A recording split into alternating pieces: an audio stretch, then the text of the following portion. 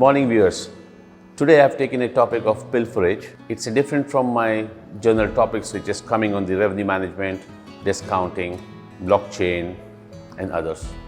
Today I want to talk about the pilferage.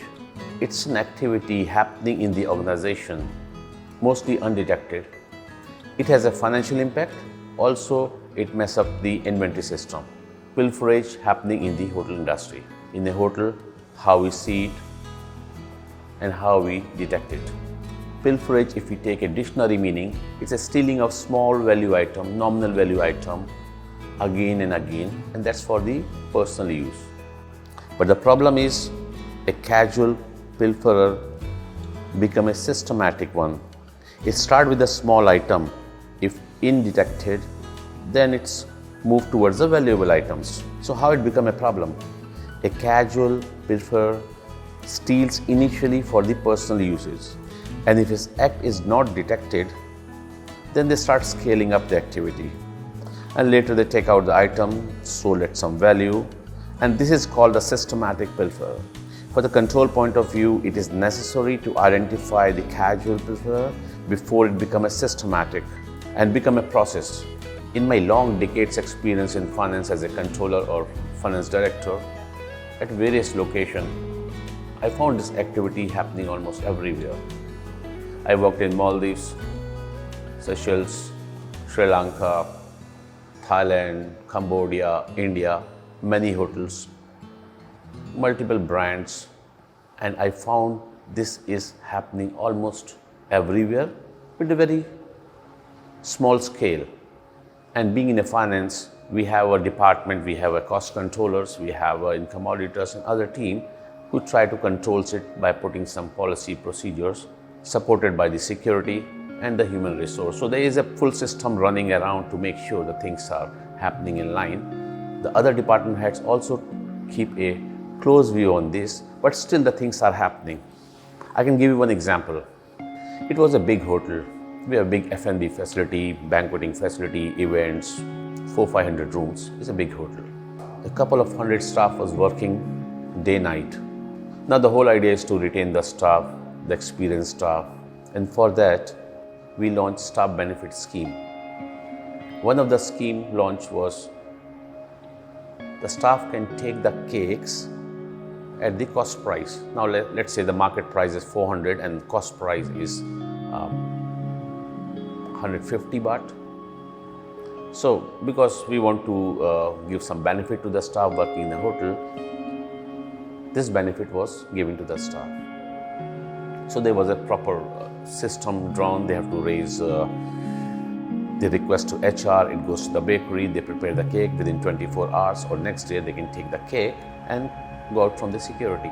So a lot of staff start using that facility. It's a good facility. One of the staff start taking the cakes every week, which was okay because there is no limit. It's their benefit. They can take every week or even every day for that matter, technically, but nobody take every day. Since he was taking the cake almost every week very regularly, once the security guard at the staff exit point asked him to show the cake. He showed him the paid check. He said, "No, I want to see the cake, hand over to me." He said, "No, I will not hand over my cake box to you because it will spoil the cake." So the argument started. They called the security manager. Security manager said, "It's a proper policy that you have to show the items going out of the hotel." He said, "I have a check, paid check." He said, "Yes, but I want to see it." So finally he agreed. They opened the cake box. Cake box was okay, but little bit heavy than the weight mentioned in the check. They called the bakery chef. Bakery chef come. He opened the cake and they found there was inside a big block of chocolate was there. Not the chocolate what we eat, but the chocolate what is used in the bakery. It's an expensive item used in the bakery for making cakes and all the other. The HR manager was called. Upon investigation, it was discovered that the staff was taking out and selling those items outside obviously with someone who is in a bakery or in the store. Now the problem was he was exploiting the system. There was a benefit giving to them, but he find a loophole. And using that loophole, he's taking out the valuable item out and selling it.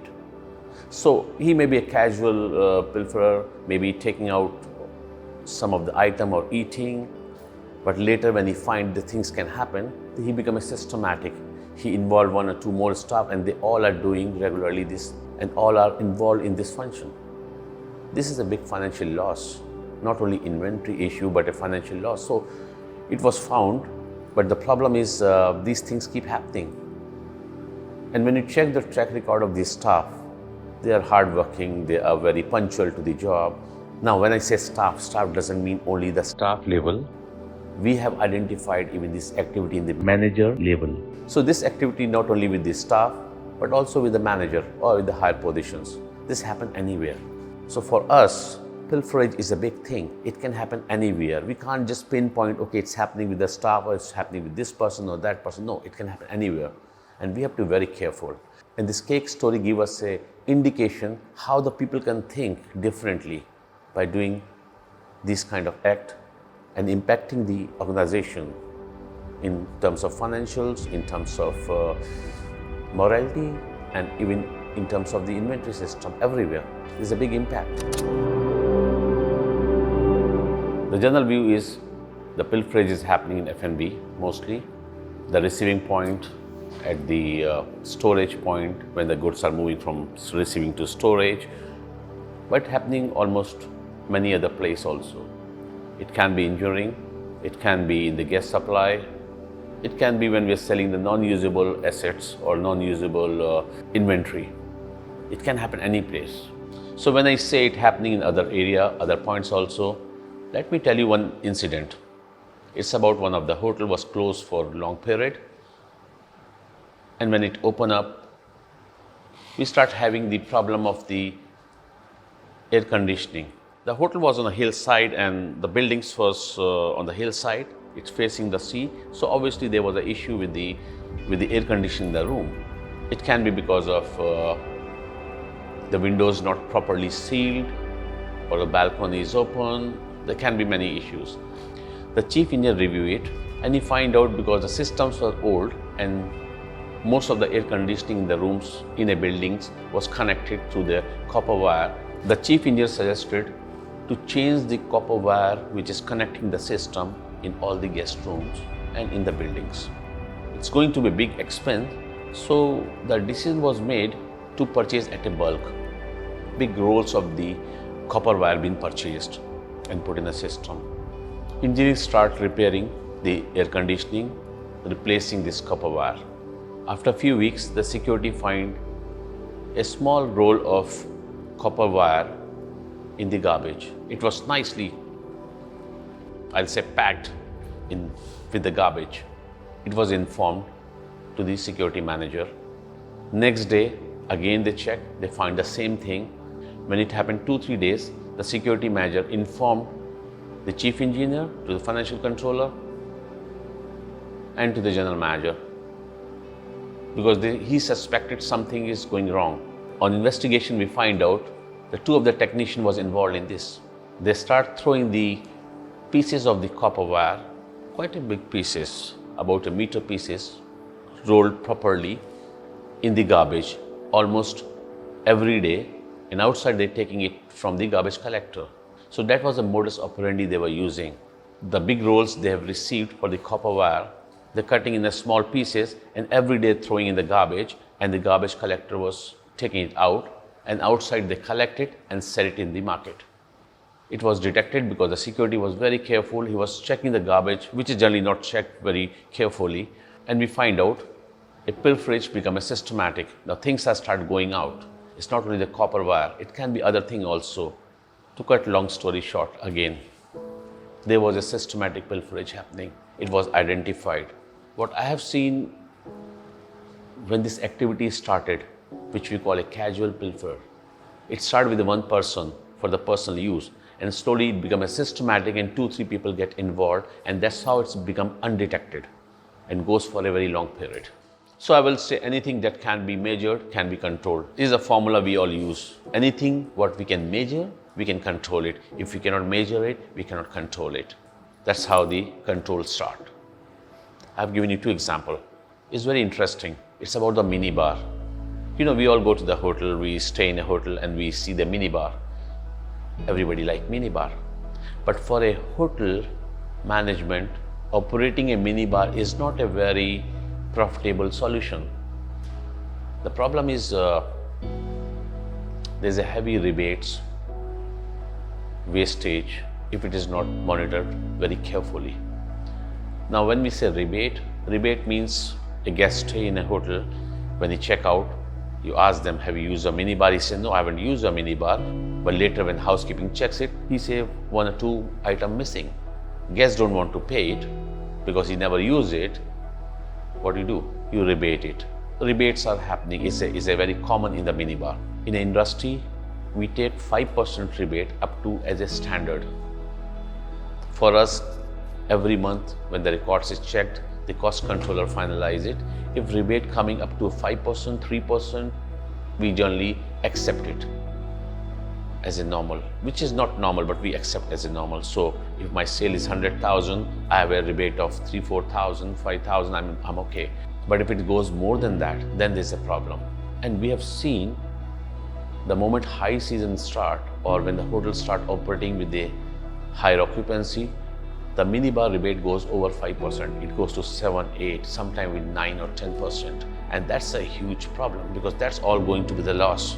There's a cost of sale, then there's a rebate cost. So the profit margin become very less. One of the hotel again, we found the rebates are happening too high. We want to identify it. Minibar is set up by the housekeeping and the revenue goes to the F&B. That's how it works. So 2 departments are working in this and obviously the rebate coming from the front office at the checkouts. How to reduce the rebate? We want to find the reason. There's a shortages, there's a rebates. So we start analyzing it by putting item wise. Which item been rebated most? And then we go in the day wise. Which day it was happening? We could not find a solution. So we analyze in a different way. We start doing the floor wise. The hotel has many floors and we see which floor is having maximum rebates. Then we can identify 2, 3 floors where the rebates are very high. So what we did, we asked the housekeeping to find out which are the staff or the housekeeping attendants. So we start concentrating on certain area. Now we're not looking at entire hotel minibar rebate, but we're looking at the rebates of only 3 floors. Then we take in the next step. On those floors, we have divided the rebate into day wise. Which day rebate is happening and which staff was servicing that floor. By doing that kind of big analysis, we find out 2 or 3 staff, whenever they are in the duty, there's a rebate happening. So we can zero in on those staff. And then obviously there's a process happened, they've been called, there was a little bit of investigation. And when the further investigation happened, then we find out what was the actual reason. Now there's no point going on what staff was doing and they're using for their own personal use, or they were hungry, they eat the chocolates or the snacks. The pilferage was happening, that was the whole point. And by doing such a big analysis, using the cost controller, the housekeeping, the F&B and the data, we find out where it is happening, who is doing it. So this is a common practice, we keep doing it in a hotel and we identify the pilferages. So when we start doing it, it starts impacting the P&L.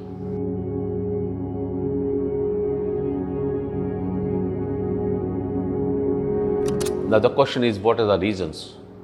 First is when we deviate from the SOPs, the standard operating practice. When we start deviating from them, not following them, the chances of pilferage started. The second is the activities are not monitored. Third is the tolerance level, ineffective cost control. And obviously the fifth one is when there's a variation, the inventory is not being questioned. We don't do drill down, we don't check it in details. Like in Minibar example, when we start drilling down, using the reports, analyze it, we find out what's happening, we can control these activities. So what are the measures can be taken to control this activity? This is a review and control. Once we review, we can control, and that's how it works. I will give you 5 points on this. The first one, prepare a policy on a tolerance level. Tolerance policy should be implemented and every staff to be aware of it. Second is the access point to be covered by the security cameras, CCTV. There should not be any blank point. And this time I'm talking about the admin area and the exit area. The reconciliation of the point of sale and the reports, the store reports and point of sale to be reconciled. To create a pleasant working environment, talk about it openly, discuss in town hall, in staff meetings, the tolerance and all. People should be aware of the consequences. Sometimes they just start doing it. And obviously fourth one is lock the cabinets, lock the valuable items, take inventory frequently, and use cost control effectively. So if you use these 4 or 5 points, the pilferage will go down. I will not say it will become zero. You cannot have a zero. There cannot be a situation of a zero pilferage. There will be pilferage. You can see in the guest supply also. You call a meeting and you say 5, 6 of the managers sitting and most of them are using the guest pen. Why using the guest pen? Because that's more expensive than a normal pen. We should be using a normal pen which is issued by the store. But everybody want to use the guest pen and we all know it is happening and nobody question it. But the problem is some of the people start using the guest pen, keep in a pocket of the hotel, and security also keep it normal because he also using the guest pen for the office purpose. So people start taking out the guest pen, they can give it to the friends as a giveaways and all. I mean, it's a very less value item, but it's happening. Quick check you can do if you work in a hotel. Check how many guest pen has been issued in a full year.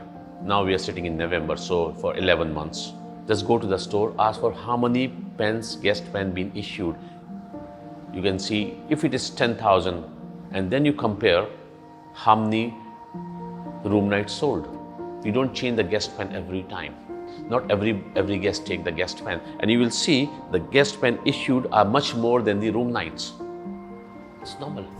So where the pens are going? You're putting one pen in each guest room, but the pens are just, people are taking it. Who is taking it? Guest is taking? I don't think every guest take the guest pen. So it's maybe from the employee, it can be the contractor, it can be anybody in the supply and all. It's a small value item, but when you add all this value, it becomes a big margin. So guest pen is just an example. So there is an inventory impact. I'm just telling you about guest pen because it's just come out and we see it every time. There are many other items in our system. You have to check what is moving, what is not moving. The store report is very important. The issue reports, you can just check all these issue report and see how the consumption pattern is. And if consumption pattern and the issues are not in line, and let's say the variation is more than 5 to 10%, there is something going on and you can check it. And when you start controlling those small points, it helps you. It's happened even in the kitchen also. I don't want to go through in detail about the kitchen. We all know how the chefs control it. They control very well. But you will see they are very expensive items in the kitchen. And when you compare with in the recipe where it's been used, then you can see the variation. The recipe cost, when you link with the potential cost, you know how much is used, how much kg is used. But for this, you need a manpower. You need somebody to sit and do this job. So the cost control is very important for it. Alone, cost controller cannot do it. And that's why we put one assistant to a cost controller. He gather all the information, then you analyze, goes to the financial controller or the director of finance, go to the general manager. We all sit and see. If we control these points, the margins increase. And it's a big part of a cost control exercise. So the pilferage, if you control it, wastage you control it, you will be operating at a very good margin. That's my take. That's all for today. Have a nice day.